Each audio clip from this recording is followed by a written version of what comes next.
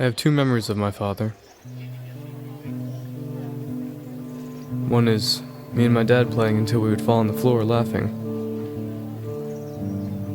Last memory I have of my father is his funeral. At the time, I didn't really understand what was going on. I remember sitting in church and smiling at people. All I did was cry. I remember feeling sad that all these people kept crying even after I would smile at them. Someone shared with me when I was older that this happened because I looked so much like my father.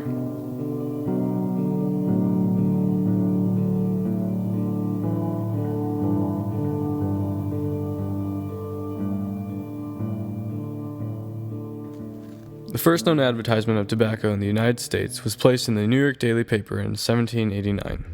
Since then, a marketing explosion happened.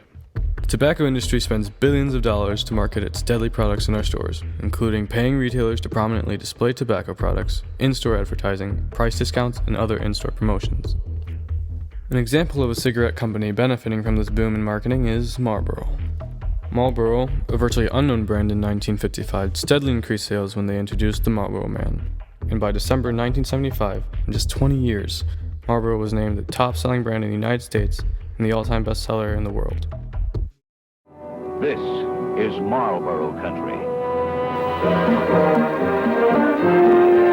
Where there's a man. Marlboros were my dad's brand. He started smoking in 1976, the same year the Marlboro Man was created as a marketing icon. Along with the boom of tobacco marketing came an explosion of statistics about the effects of smoking and the marketing of smoking to teens. The tobacco industry makes a product that, when used as intended, causes diseases that makes you suffer until it finally kills. 14% of New York youth smoke. 50% of them will die from tobacco-related illness. Tobacco causes more deaths each year in the United States than AIDS, alcohol, cocaine, heroin, homicide, suicide, and motor vehicle crashes. Tobacco marketing in stores is a primary cause of youth smoking. The tobacco industry has been quoted as saying, "Today's teenager is tomorrow's potential regular customer.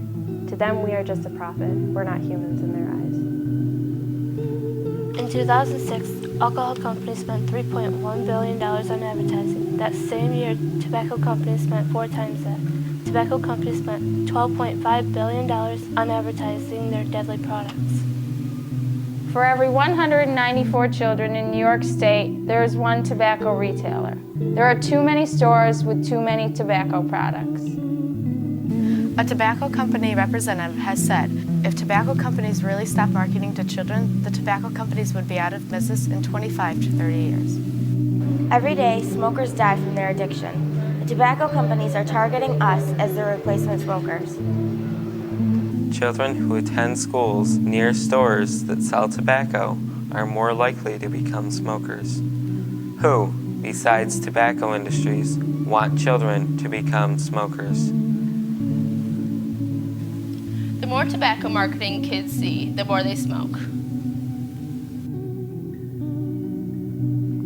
It costs New York State over $6 billion every year to cover the cost of healthcare directly related to smoking. This doesn't include the cost of secondhand smoke, health costs associated with other tobacco products, or the price a family has to pay.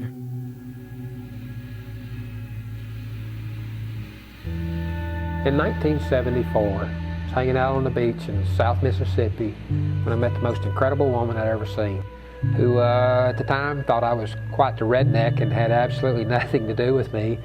But once she realized I was a nice guy, we were pretty cool, and we got to be friends, got to be best friends, and eventually we got to be married. 25 years later, I never thought that I would see her laying in a hospital bed, suffering from lung cancer that was caused by her lifetime of smoking. Marie started smoking when she was 13 years old. She was able to swipe a few cigarettes from her dad, smoke, bump cigarettes from friends. That's one of the big problems with the tobacco industry. They know that kids this age are experimenting with this. They know that they can addict them and they can hold them for the rest of their lives. After we were married, her smoking went along happily and merrily until one day our son came home and found her unconscious on the floor. You know, lung cancer doesn't hurt. You don't even know you got it. By the time Marie was diagnosed with lung cancer from smoking, it had already spread to her liver, and she had over 20 tumors on her brain, and we believe that the tumors are what gave her seizures, and that's why our son found her unconscious. So from unconscious to 5.5 months later, she was dead. it's a tough way to watch someone you care so much about die. There just really is no good way to die from cancer. Things can change.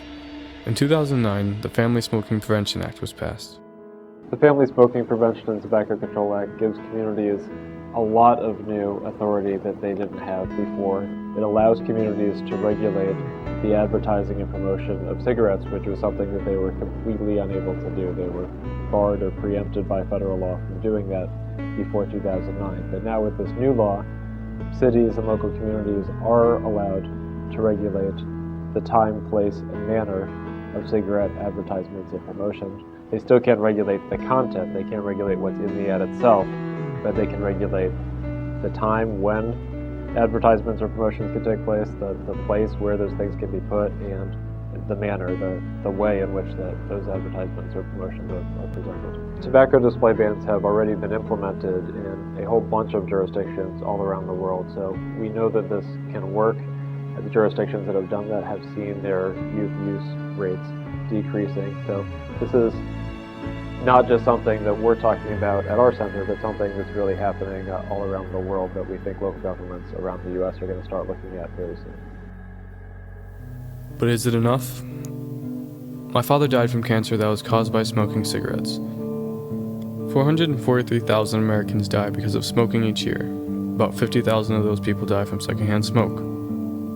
Tobacco companies are targeting us as To them, we are just a market. We're not human. Tobacco causes more deaths each year in the United States than AIDS, alcohol, makes you suffer until it finally kills. We want our change.